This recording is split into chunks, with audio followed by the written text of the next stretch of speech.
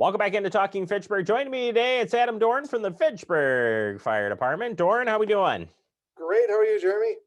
I'm good because we're about to heat things up Oh, as we no. talk about heat safety in your home.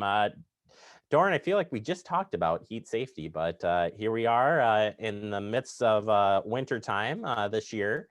So far, knock on wood, it's not been too cold, but that doesn't mean that we're still not heating the homes. And as we know from talking with you over the years, fires do occur more in the winter months, given the holidays, given you're in your home more.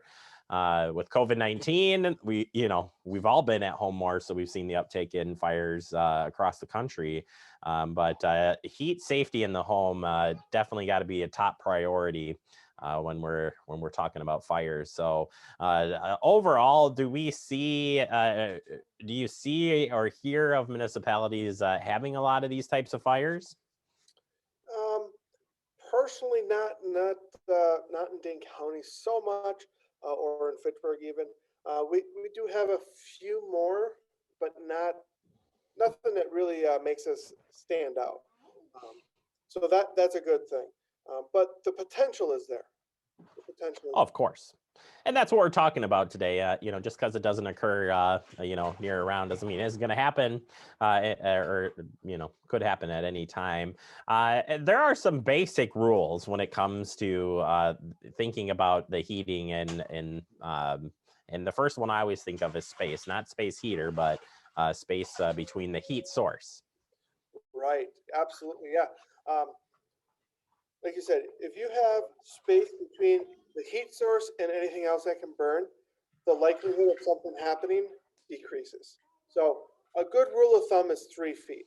If you keep anything that can burn at least 3 feet from all the heat sources like fireplaces, wood stoves, radiators, space heaters, especially candles. Candles are probably one of the bigger causes, unattended candles, um, that we have seen over the last few years. Yeah, candles, a lot of time too, you see like the scented candle. "Oh, I'm just going to set it and I want it to make my house smell great. So I'm just going to walk away and yeah, not not thinking where you placed it definitely could lead to some trouble.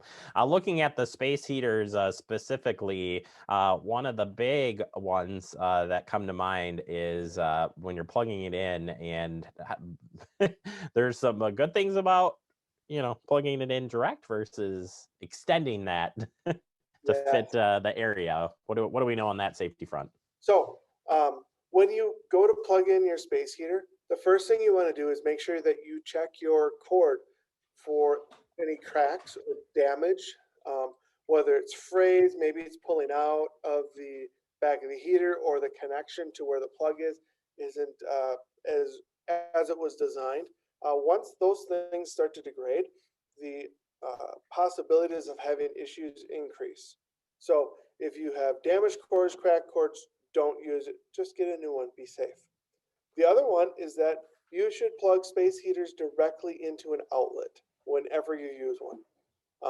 So one, plug them directly into an outlet. Two, it should only be a temporary thing. It shouldn't be something that you're going to heat your entire house with all winter long. Um, we're, right, space heaters is exactly what it sounds. It sounds like it's just a small space that it's to be heating. That's exactly what it's designed for. It's not a whole house. So it might be a small room or a small area that needs to be kept warmer. That's great. If you're going to use it for more than that, you need to look at different options. The other thing is, don't use an extension cord or a power strip to plug your space heater into. We've seen a lot of issues over the years where people plug a space heater into an extension cord or power strip, and the insulation on the extension cord around the wires starts to melt, it degrades, and then it actually shorts out, and you have a fire because the wires are shorting out in the extension cord because there's so much power that's being drawn through that extension cord and into um, the space heater. Well, and yeah, and then you think of if you did use the extension cord, where is that lane in relation? So now you've just created a huge a fire or opportunity for more damage of fire or fire danger at that.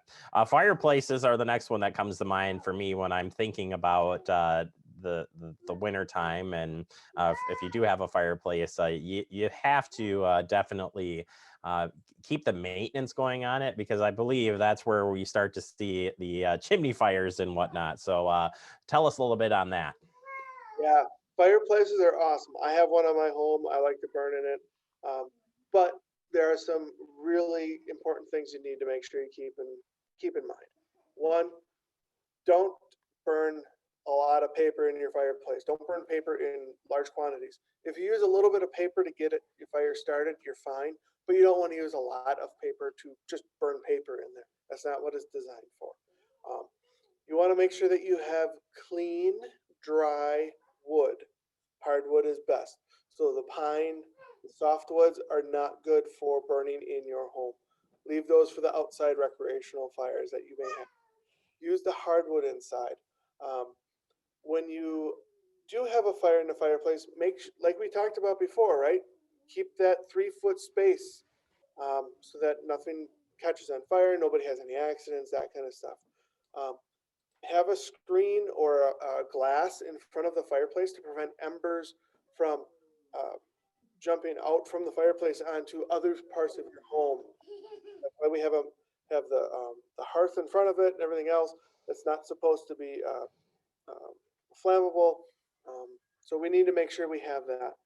Some other things to think about is that depending on how often you burn in your fireplace, you should be cleaning your chimney.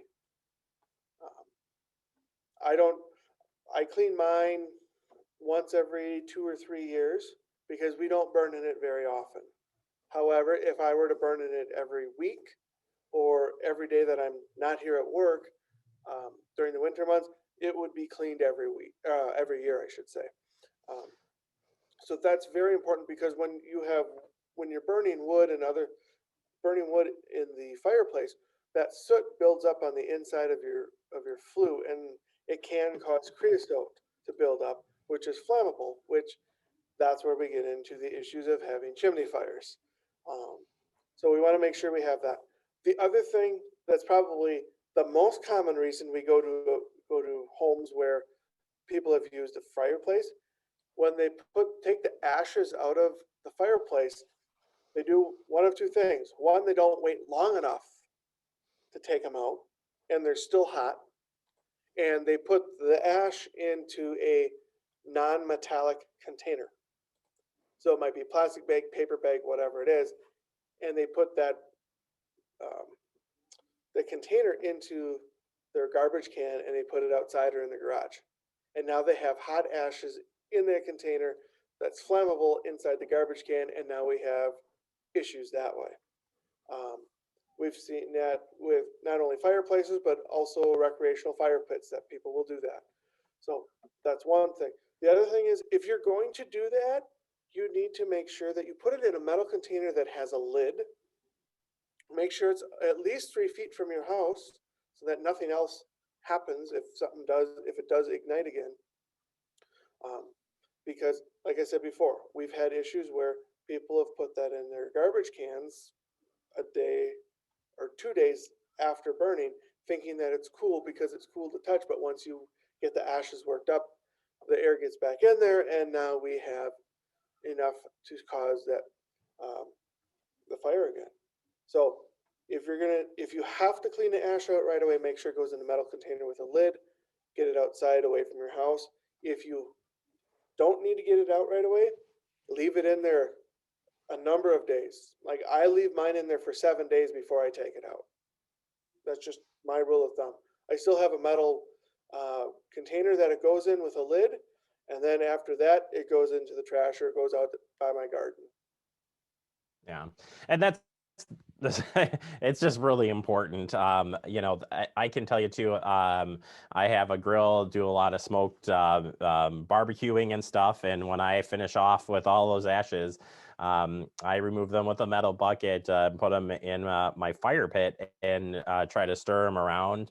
And it's amazing on how many days I've seen it up to 3 days still hot, because I go over and check it, and it's just amazing to me that it can happen. So either way, Dorn, we appreciate all the tips. There are fire safety tips on your website regarding heat safety or fire safety with heating. So appreciate the time as always, and we'll catch up with you soon. All right, sounds good. Thanks, Jeremy. You bet. Adam Dorn, Fitchburg Fire Department. We'll catch up with them again real soon with some great safety tips. Take a quick break. More to come. You're watching Talking Fitchburg.